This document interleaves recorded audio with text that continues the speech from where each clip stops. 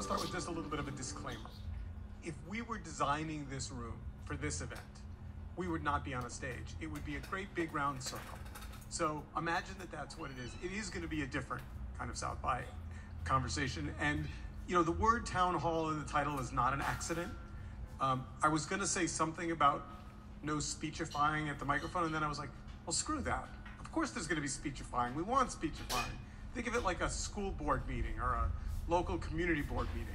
You know, the state of where we are in social media is complicated, and I'm hopeful that you will bring your best, fieriest, fiercest self to this conversation.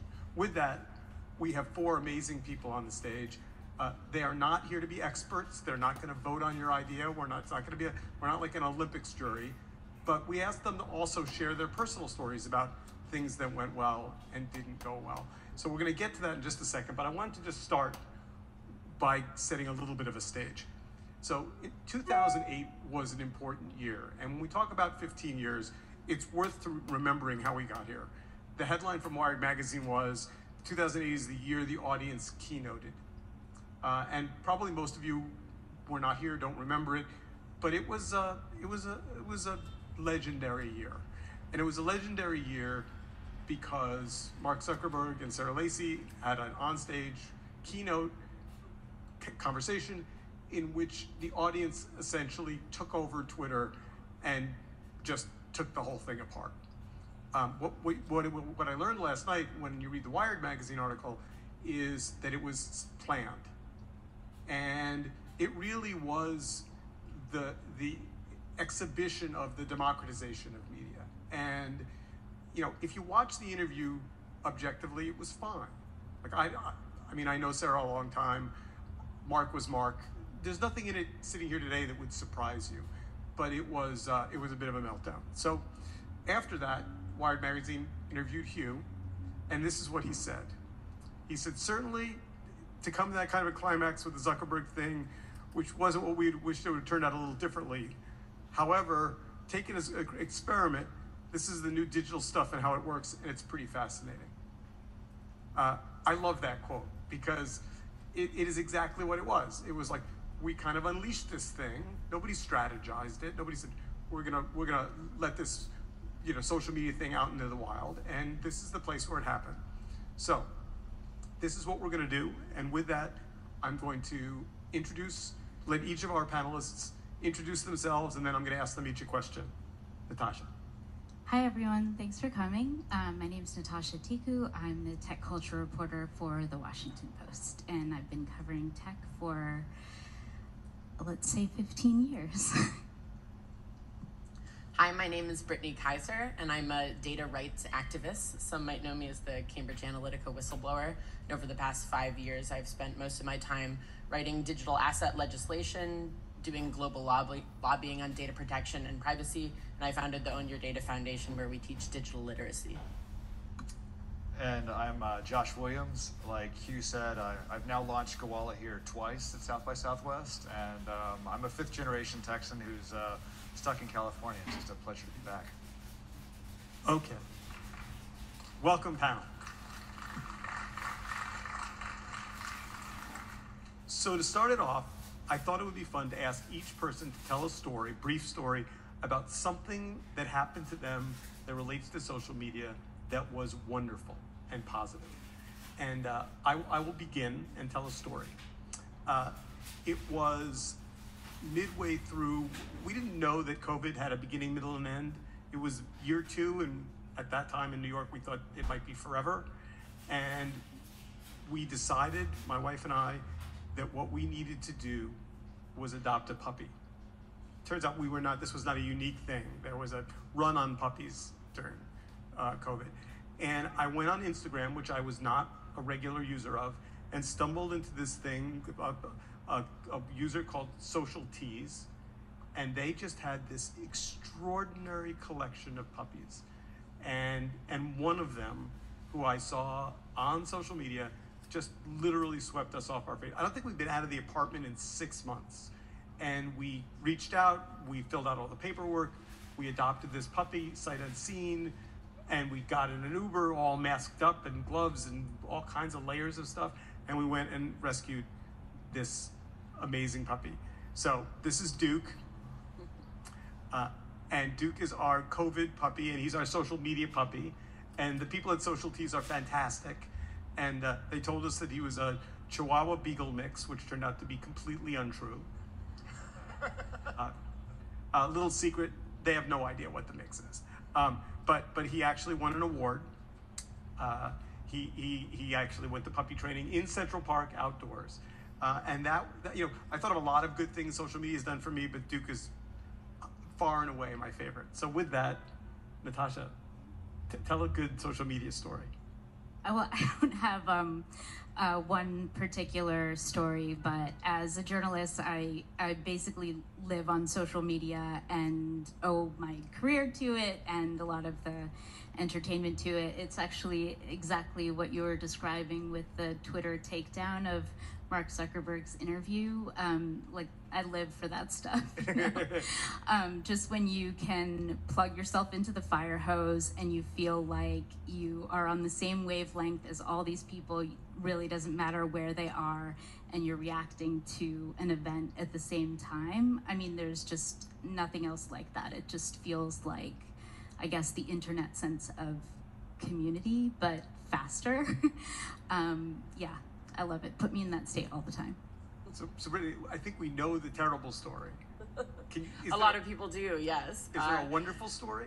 Well, I think really where my social media management or engagement really kind of caught a zeitgeist for me was when I first joined the Obama campaign. I was 19 years old. I'd already worked on Senator Obama's senatorial campaign as a volunteer. And I quit college to join full-time in the office in Chicago at Campaign HQ. And one of the most powerful moments that we had, I had created Barack Obama's Facebook page. He was so proud when he got to see his little face, and he said, "Oh, that's me on the page." And the first big event that we did was during the first big presidential debate, and we had built this algorithmic platform that every time there was a comment or an incoming question, it would sort it by topic or category. And we had the entire new media team in the office, everyone taking a different category or policy. And we were live answering people's questions and live responding to all of the comments. And that was the first time that had ever been done. Again, this was still the first time social media had ever been used in politics.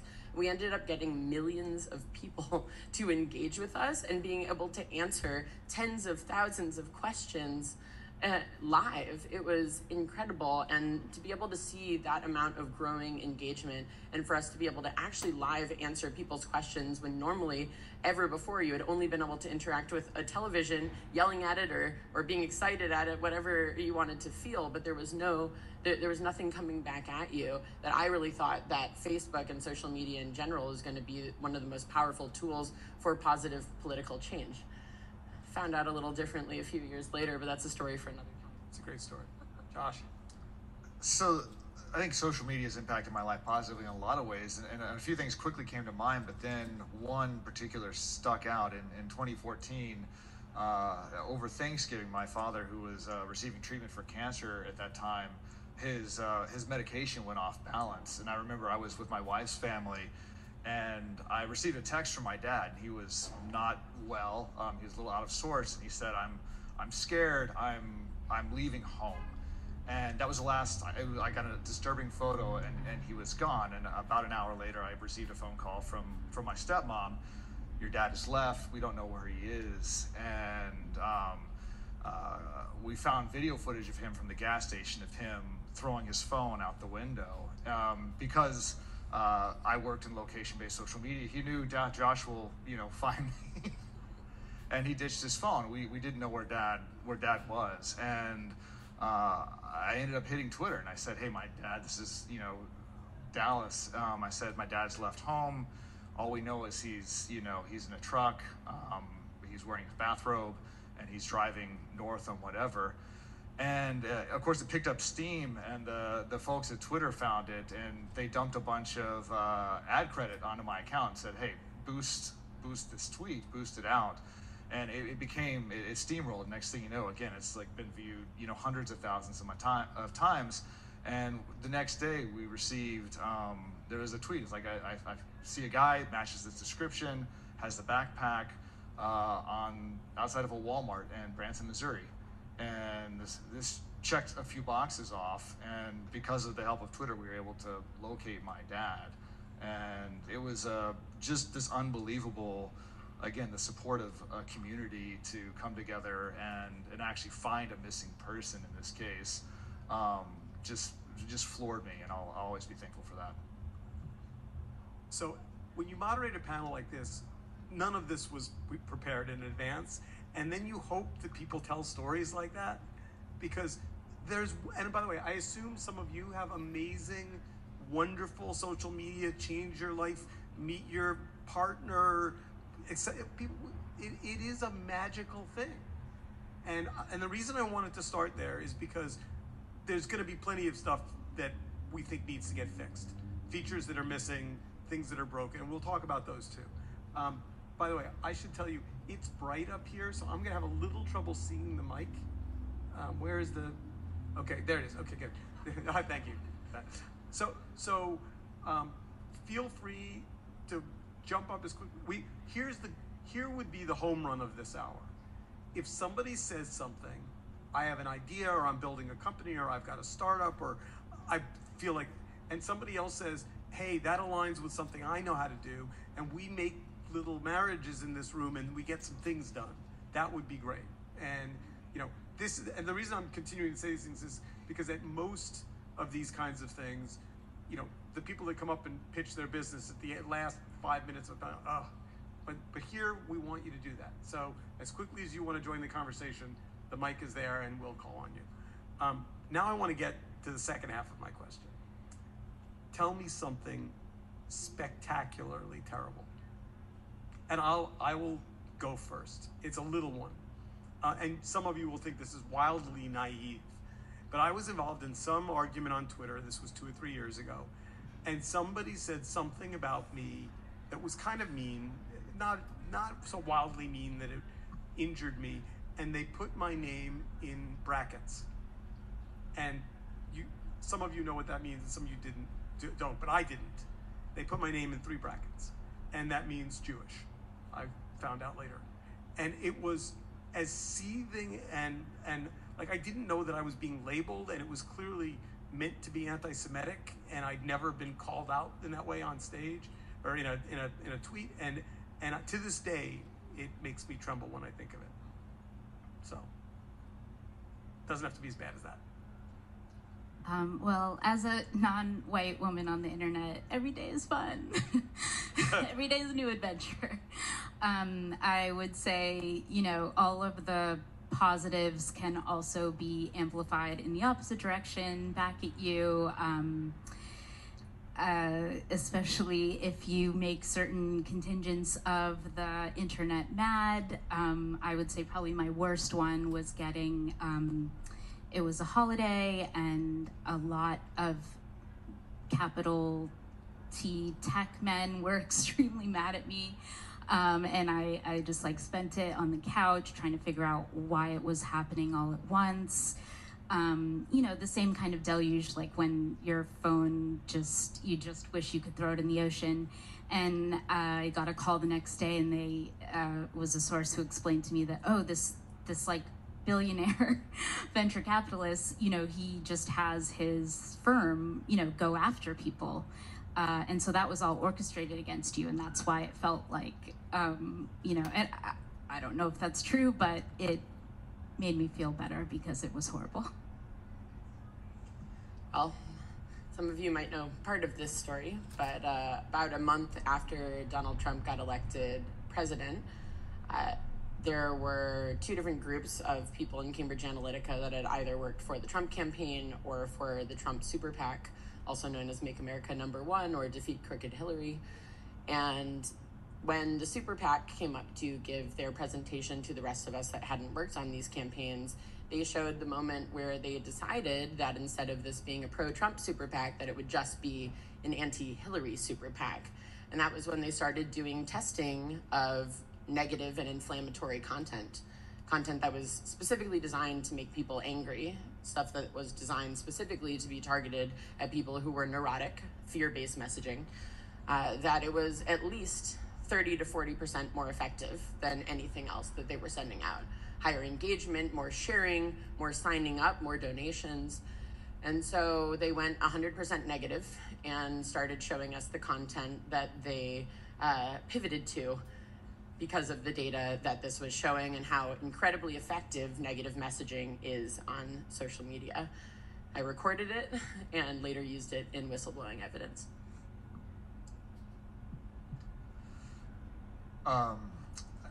In early April of 2020, so this is shortly after the pandemic began, I was working a puzzle at home on about 8 o'clock on a Saturday night, and my phone buzzed a couple times. I ignored it, and then my daughter's phone, buzzed. She was early in her teens, I think 14 at the time. She ran out the front door, and of course, you wonder what your teenage daughter running out the front door, for. And I called after her, and she didn't come back. So, continued, and 5 minutes later, my phone rang again, only this time it was from her, so I picked up. And she said, Dad, you need to come outside. The police are here. And really? And she's like, come right now. And I walked and opened the front door and was greeted by floodlights and police officers with long rifles drawn and laser sights on me. Immediately I kind of was taken aback and said, have I been swatted? And there were 40 officers, 5 dogs. They had surrounded our house, and they escorted me off the front porch where I was given a pat down. I had to call my family that was still inside and have them come out of the home while they cleared our home. And it turns out I had been the victim of a swatting incident. As an early adopter, I have a 2-letter username on a lot of platforms, including my initials, JW, on Twitter and Instagram. And as it turns, there's a dark web of people that target short, common usernames with the goal to flip it for cryptocurrency before they can be, caught. And as it turns out, I was one of those targets as well. And also as an early internet user, all the other people with those common usernames. And it turns out that there's a lot of us who have received very, very similar incidents. And it's horrifying. And I think that's the realization that this isn't, it's not all fun and games anymore. So thank you. By the way, again, this was an experiment, and I'm going to deem it a success because those two ends, first of all, the stories are far more horrible than I expected them to be, and they're also far more, putting your father's story and the swatting story on opposite ends of the spectrum, that's what we're here to talk about today. And one of the reasons why I wanted to make sure we started with the positives is because they don't get amplified, right? That story about your father, maybe you told a reporter 5 years ago, maybe you got written about once, but it doesn't have the same resonance. This is, and so I was on a panel 2 days ago talking about how social media and media broadly amplifies hate for profit. And one of the things I would put to the audience and put to you guys to talk about is it just a simple problem of basically misaligned incentives, where it is far more profitable to amplify horrible information than it is to amplify positive information? I think you, absolutely. I think I'm really happy to jump in here, and it's an unfortunate answer that no one's really going to like, and the problem is actually with human psychology. That we are much more likely to click on and engage with inflammatory content, something that provokes a negative emotion in us, something that makes us want to get up and go take an action, share that information with someone because you are angry, you are incited. On the other hand, surprise or awe can sometimes really meet up with that emotion, but it's a little bit rare, and it's hard to predict what is going to inspire that kind of feeling in someone. But anger and incitement, unfortunately, is something that we are always going to engage with more. So on the incentive and infrastructure side on social media, and especially on ROI for advertisers, we really need to bake in a lot of checks and balances around that, because unfortunately it gets more clicks, therefore it makes a higher ROI, therefore information spreads much more quickly when it is negative, and that is a problem that is not just a social media problem, it is a human problem. be quiet on purpose. I've plenty to say about that, but yesterday in the midst of, we launched a product here, and there's obviously bad news from, banks over the weekend, and I received, a text from my wife yesterday morning, and the text was, "I'm so angry." That was the first one. And then the next one rolled in, I'm livid about this. This is disgusting to me. And of course I'm waiting for it. And then the link came through, and I won't amplify what it was, but it was an article, and it was, political, and it was just garbage. It's the sort of thing that makes you angry. You want to tell somebody about it. And of course, whether it's Twitter or whether it's your news app, you click on these things, and it knows that you clicked on that. And we joke about a lot. Like, if you're a parent, you tend to click on sad stories that involve, children. And then it's like, oh, you like reading sad stories about children. I got more sad stories about children, for you. And so let's feed you some more. Next thing you know, you're like, your entire feed is just sad stories about children. It's horrible, and it's like, well, don't click on that. But then again, the computer is like, well, you clicked on it, go. That is one of those things of like, how do you get out of that cycle? Well, isn't that tied though to an advertising-based infrastructure, like pay structure, which you're experimenting with, right? With Gowalla now, like, people, I think, are realizing the cost of having it subsidized by advertising, because it's in the company's interest to keep you engaged with the platform if they get their revenue from advertising. And I think I of course agree with what you're saying, that psychological instinct, but we have as humans, many other instincts that could also be incentivized. There's other methods, other buttons to push. I feel like after 15 years of intermittent variable rewards, part of the reason you want to share that is maybe, in the past, you've gone viral for something like that, or you get those likes and those retweets and shares and what have you. And I really think that if the financial incentive is different, we haven't even begun really to structure something that is based on amplifying our less base human instincts. So I think one of the best... Hold on 1 second, because she teed up the Gowalla 2.0 pitch. So tell us what you're doing. That's right. We're right there. I think one of the big differences between, if we look at the early days, the exuberant, man is inherently good, let's share our naive, I'm eating a sandwich, tweets. Part of that was like, you knew when Twitter launched, you kind of knew the people who were reading your content, quote unquote, and they were people that were largely at this conference or whatnot. There's a comfort level of, I'm sharing a certain thing with this audience, and they won't judge me for that, or I won't get this negative blowback. And then because, Natasha, to your point, there's this, we want to serve more ads, so the larger audience, more clicks, more whatever benefits that machine, and we've seen how it kind of has dissembled in front of our eyes now. And so I think this idea of how do you share with smaller groups of people again, or how do you share that sort of content, like, hey, again, yesterday morning I checked in, and I was at Houndstooth Coffee, and that went out to a small group of my friends who can see that. And 30 minutes later, a friend I haven't seen in 9 years walked in. It was like, oh, I saw your check-in, here you are.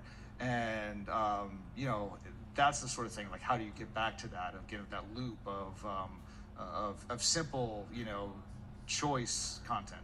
Let's assume not everyone in the audience knows Gowalla, either one or two. Just give us the elevator pitch so we know the product.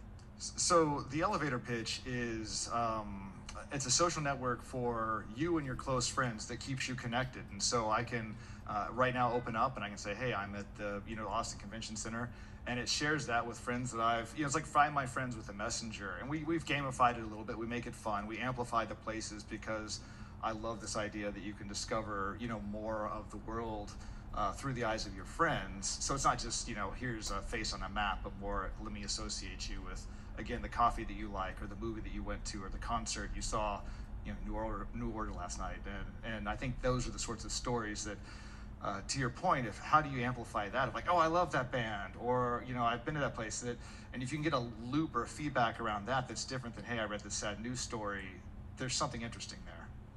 I completely agree with that, and I just wanted to jump in with just one example, which I think is amazing, and I'm actually really excited to try Gowalla.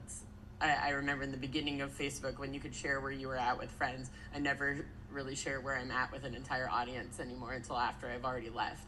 And I think a lot of people feel that way, you know, and so that's a huge opportunity. But Upworthy was completely founded on the idea that, hey, yes, we have this human nature to engage with fear-based and negative messaging, but the social media and media companies don't need to take advantage of it. Actually, we could decide to only produce positive stories and see how that goes. And obviously that went really, really well for them. And they don't produce anything negative. It's 100% positive. I don't know how many people actually read Upworthy, but it's definitely a daily dose of happiness and excitement. For those of you that haven't tried it, I highly recommend. And I think it's about making sure that we have those experiments and we find out those data-driven ways to get people to engage with things that are not necessarily going to be that depressing, fear-based content that drives, unfortunately, a lot of investment in advertisement. So for the last year, I've been running an organization in New York called the Center for Sustainable Media, focused entirely on young people and how they feel about the way they're treated in media. And I have to tell you, it's the most delightful conversation. Spent a lot of time with 15, 16-year-olds. They're so smart. They so understand. They love media. They love making it. They love sharing it. They love being part of it. And they are absolutely terrified by it. And when you talk to them, they say with absolute clarity, and this time and time again, I hear this 10 times a week, I just want agency in my media life. And they don't understand why they are the product. And so what's interesting to me is all of us in different ways have told stories about, you know, great things that have happened when we share things, and things terrible that have happened when people were given permission to attack us essentially without any retribution. And a lot of the word you're hearing now, and you're hearing some of it in legislation, which we can talk about a little bit, you know, but there is a lot of discussion about transparency. And I'll just give you my example of transparency. In New York, the health department puts letters on all the restaurant windows, A, B, C, and D. A, healthy, good. B, maybe some ice in the kitchen. I don't know anyone who would ever go in and sit down at a restaurant with a C on the window, ever. Because why? There's a restaurant right next door with an A. That transparency, however you feel about health inspectors, and I'm sure there are restaurant owners in the audience that will tell me otherwise. You know, the fact that we don't know how the social networks behave when they know, and they know the data, and if we knew, hey, we're amplifying hate for profit, and here's evidence of that, we've shared it because we have to, I would say to advertisers, hey, please don't spend money trying to reach me on platforms that amplify hate. It's really simple. I will demerit your brand, XYZ brand, if you put money into places that amplify hate. It seems like we can close that loop. I mean, there's quite a few ways to close that loop, but I really feel like one of the things that we constantly get away from, which is now a main part of a lot of regulatory conversations that I have with legislators, is that the reason why we have a no man's land in terms of accountability and legislation and transparency on social media is because we do not have currently the ability to enforce the laws that we expect in public to be upheld. We can't enforce those laws on social media. So for something that you can scream on social media to millions of people, if you were to say that in a town square on a public street, you would be arrested. But somehow you can say it on social media, even if you isn't even a you, you're a bot in a bot network that then gets amplified to billions of people even. And one of the main reasons for this lack of accountability is because we don't have to check our identity in order to use a social media account. Now, I'm not suggesting that people need to be their first name, last name with your picture on social media. You can be an avatar with a fake name, that's totally fine.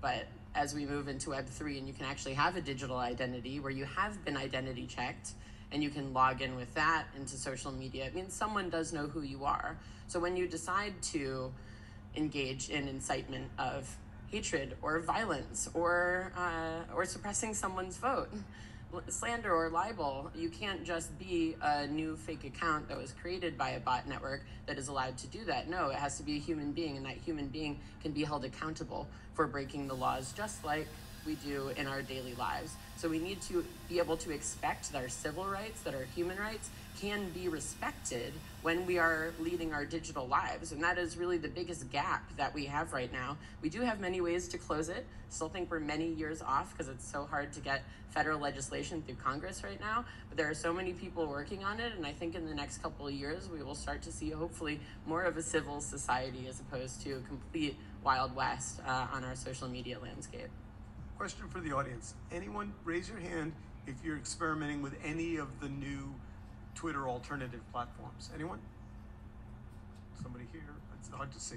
Does anyone want to just jump up and tell a story about how it's going? Want to just tell us about it? No. I've never been in a place with there you go. Okay, great. I joined Mastodon and it was incredibly confusing and difficult at the beginning when you had to find like the correct server and get invited to it, and and trying to find like, oh, here are the topics I'm interested in. Oh, there are no servers for that. And I know they've opened it up more since then, but it was difficult at the beginning. But the thing I really appreciated was they, from the beginning at least, seemed to have put a lot of thought into sort of anti-harassment steps to make sure that it is a safer, more thoughtful place than the hellscape that Twitter is and has become more so. So are you still on it? Did you stay on it? I am, but I don't use it nearly as often as I use Twitter. There just isn't, I don't have the audience that I had there. Understood. Anyone else? Anyone? I'll say that I've been using a lot of Discord recently, so I know it's not exactly Twitter, but it's a chat platform, and I find that pretty confusing, especially when there's multiple conversations going on around an event or something like that, and you've got to keep going between different threads or servers or whatever the hell they're called. See, I don't even know the terminology, and I get trapped in these cycles. Is there a reason why you find Twitter less confusing, like historically? I think really it comes back to the fact that when Twitter first came out, I thought, oh yeah, they've just taken the status box from Facebook. And it grew little by little, and I grew with it. But one of the things I'd just like to ask you guys about here is I've got a 12-year-old. I don't let her on social yet, unfortunately for her. But, or fortunately, I'm not really sure. But what I am trying to do is build something that is good enough for her and her friends to be on.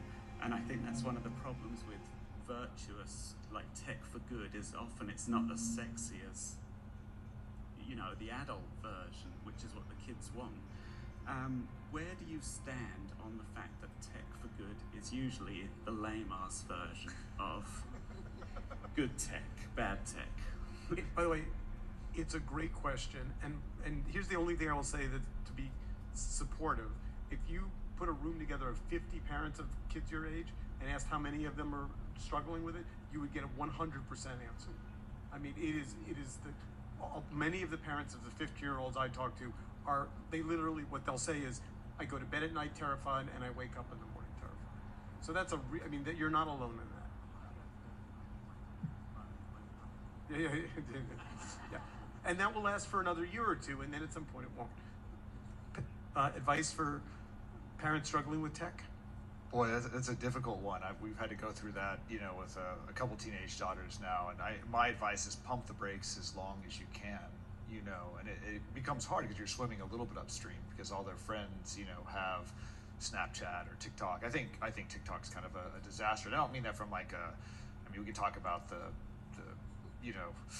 foreign government thing, but just this I'm gonna scroll forever, I think, doesn't necessarily foster the creativity or whatever you want as a parent. So fortunately, I do think that I believe there's a lot of kids out there that are starting to be more aware of this. I think there are role models that are spreading this word that, hey, maybe all social media isn't the best, certainly at that age, but I think it's a really difficult struggle, and I think it's something to be aware of. And I'd like to say I would address that from two different angles. And one is that I would like to have hope that in the future you won't have to be as afraid and have so few options. I think there's a legal answer to this and an education answer to this. And one is that we don't have digital literacy education in most schools, but we're starting to. Many governments now have signed on at the national level to include digital literacy education in the public school curriculum. That has been led by the DQ Institute, and that is now a global effort. I spoke with them at the G20 about this, and there's many governments that are starting to sign on. It's being piloted in a lot of US schools as well. So hopefully that's generational change, and so kids will be a little bit more aware that if they are in the adult version, that they actually know how to be more conscious consumers of digital content and how to protect themselves. But secondly, there are a lot of large-scale lawsuits that are going on right now against companies like Meta, where hopefully as soon as possible over the next couple of years, we won't have our children targeted by suicide websites, etc., and so forth. Right now, I think there are poor excuses that they don't decide to spend any of their hundreds of billions of dollars investing in capacity building to prevent things like this. It is really just an excuse, but it's now criminal negligence, likely. So we'll see very soon what the courts decide. Well, I think your question was about like lame, why is it lame ass technology is the virtuous technology, right? Like, I think that's a really excellent point. I also started Mastodon and was extremely frustrated by how wonky it was. And you're like, dear God, why can't like just one engineer like spend 2 hours so that I can log on to an app? And I think that, though, like, there's a lot of momentum for change now. I mean, if you look at the number of former Twitter employees who are in Tech Reporter's inbox wanting to launch a new solution, you know, I mean, open source projects get the goodwill and energy and time of so many people. And I think I couldn't picture like a scalable way of doing it, but in terms of excitement around building something better, I think the more toxic and honestly the more lame that the mainstream versions get. I mean, just like look at Instagram now, it's just like TikTok 2 weeks later, and you know, it's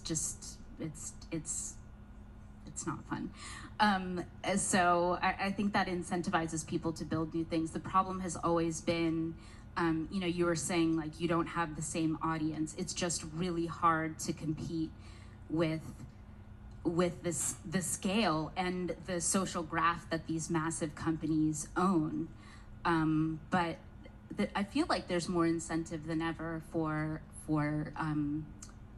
even just like, yeah, a smaller network, if you can convince your friends. I mean, you know, when you're an early adopter, you're always waiting for your friends to join the app, and that's what makes it good. But I see, like, for example, people moving to Signal more and more, which is a messaging app, not the same as social media, but I think people are looking for better ways of being online. Now we've got some questions lined up. Go ahead. Or a statement. Yeah, it's not a question. I have a unique perspective. I'm actually the founder of a social networking app called Communia. I'm not from the tech industry. I'm a survivor. That's why I created my own app. I learned the hard way that you don't always have the freedom of speech that you would hope for on mainstream social media platforms. And one thing we do differently is that we require everyone to verify their identity before they can communicate with anyone on the app. And we're super bootstrapped, we're super small, but we have a lot of users, and we've had a lot of success with that.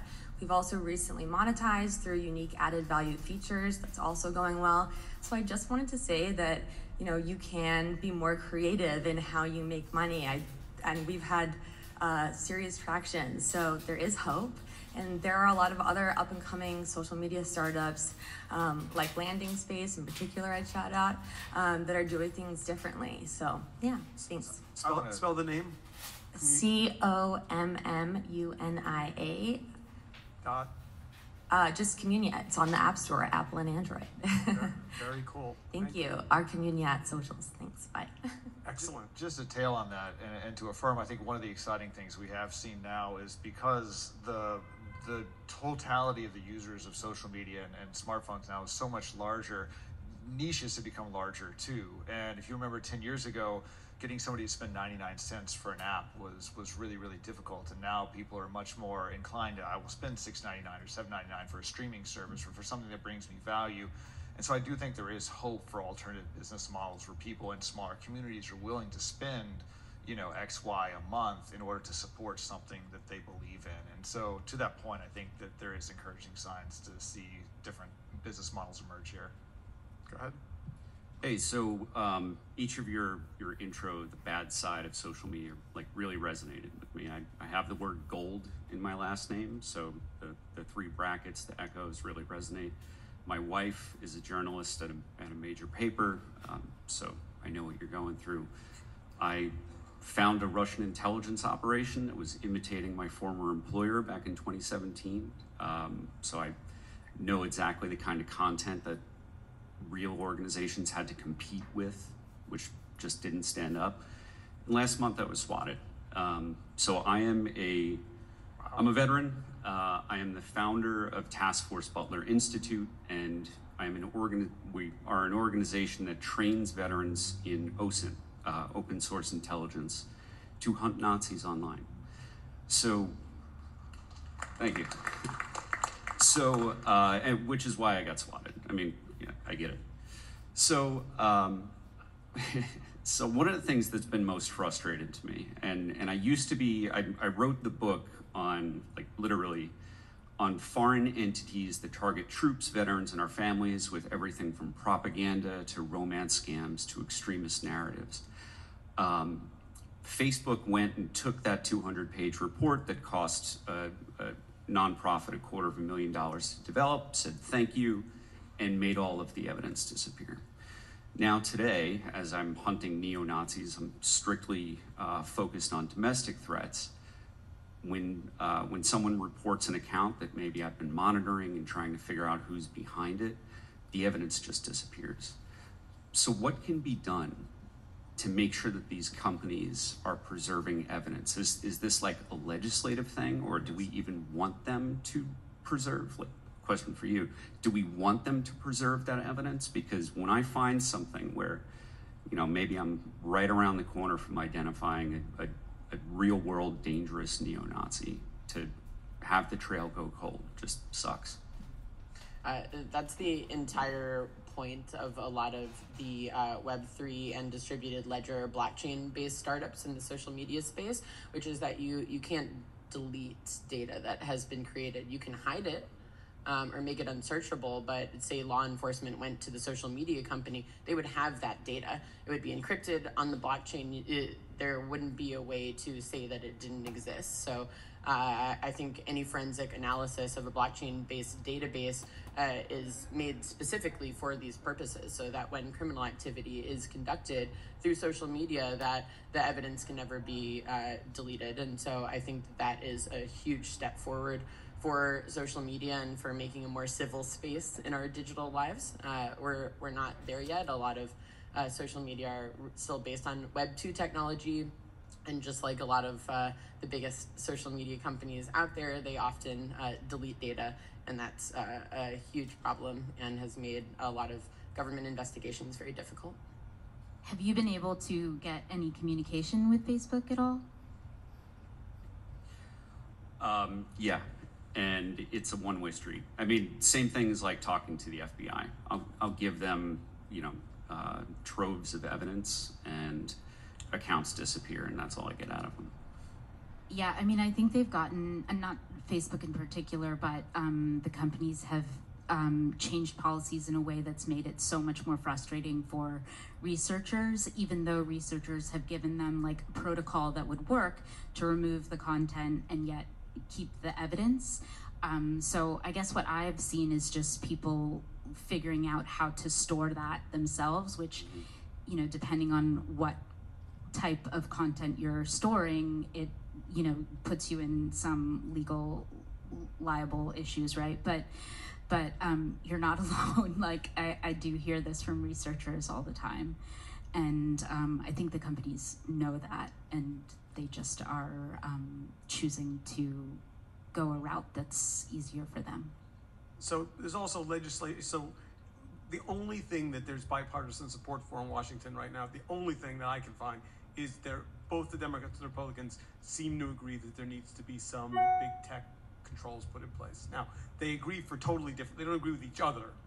I mean, and that's the danger of it, is that both sides are writing bills that look the same, and they're both about protecting children theoretically, but if you dig below the surface, you know, they have different political agendas. That being said, I think you're going to see some legislation move through, just because there's a lot of incentive for it. Whether that's a good thing or a bad thing, there's lots of debate about. Next, go ahead. This is great, by the way. Thank you. Hi, I wanted to add into some of the discussion about social media platforms, especially when it comes to Gen Z. I think a lot of the times Gen Z is often villainized as, we need to teach Gen Z how to kind of navigate social media. I got Instagram in middle school, so I think a lot of the times we're kind of centering a lot of these conversations around people who are digital natives, whereas I have the hardest time telling my grandparents that the crap they're reading on Facebook isn't true, and even my parents' generation. And so I am very curious into resources and thoughts perhaps on how to educate older generations. My parents and my grandparents are going to live and die on Facebook, whereas me and my friends are still shifting platforms. We're not really on Instagram anymore as much. We're on TikTok. Right now our highest social media platforms are platforms like Be Real, which are kind of more similar to platforms that you're doing. Big fan. Yeah, do like more smaller groups. But what I'm seeing is my parents' generation's Facebook all day, every day. So kind of how are we going to teach older generations, kind of teach an old dog new tricks of being able to look at something and know that that isn't real? They're struggling with that. And by the way, we're 10 seconds away from the evolution of AI making that way more complicated. I mean, every day. Yeah. So true. And I think, again, this goes back to a digital literacy discussion, which one of the main components of digital literacy is media literacy. And that's understanding how to be a conscious consumer of digital content, how to spot when you are being targeted, how to spot disinformation, misinformation, and the deep fakes, all of the different types of content that now we're seeing every single day on our news feed. And the less digital native you are, the less obvious it is to you when you're seeing something that has that specific intent behind it. So if you go to my charity's website, ownyourdata.foundation, we have a lot of different links to media literacy resources. And I would say my favorite is on dqinstitute.org. So DQ Institute is one of our partners. They created not an IQ or an EQ indicator set, but DQ, a digital intelligence quotient. And media literacy is a huge chunk of their indicator points. And they have a lot of different resources around that are now being taught all around the world. And they are kind of the G20 global experts on digital literacy, and the IEEE, which is the world's largest technology organization and standard setting organization. It's the IEEE global standard in digital literacy education and what is actually being implemented into national curriculum. Next.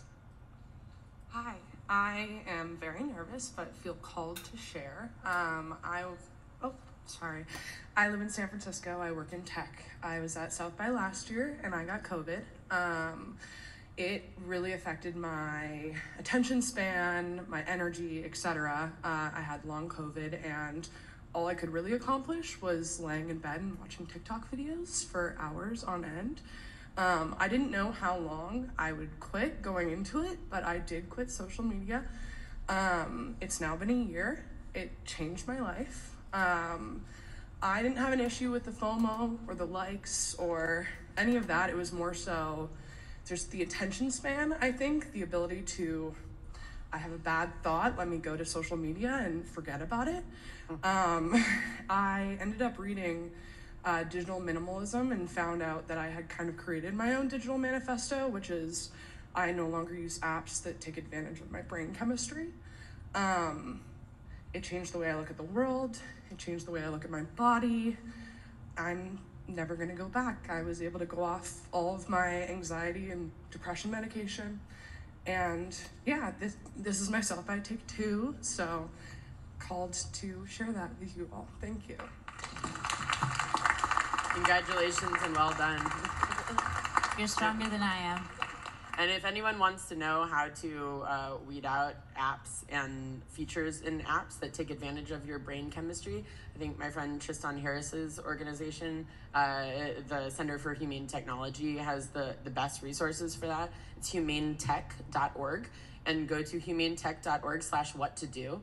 And they have this incredible list. I also have a link on my website, ownyourdata.foundation, to their resources. And it will tell you how to take away all of the different pop-up notifications that are not from real humans. Like, you don't need to know, your friend's dog's birthday. You don't need a notification for that. And you can also, in many phones, actually turn off colors so that it's black and white. And again, it stops this brain chemistry trigger that addicts you to your phone. Again, like, Facebook has hired the same people that design slot machines in Vegas in order to make their products addictive. So we need to remember that and do what this lady so intelligently has done, and realize that we can do things to interact with technology in a healthier way.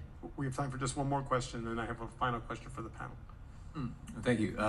Scott Henderson. I've been coming to South by since 2009. It was in 2008. I saw on Twitter everyone was in Austin eating barbecue, and I said, why am I not there? So I've been coming for 15 years and went from 35 to 50-year-old in that time period. And one of the things I've been pretty jaded with social media as of late, because it seems like you have to map a successful app to the 7 deadly sins.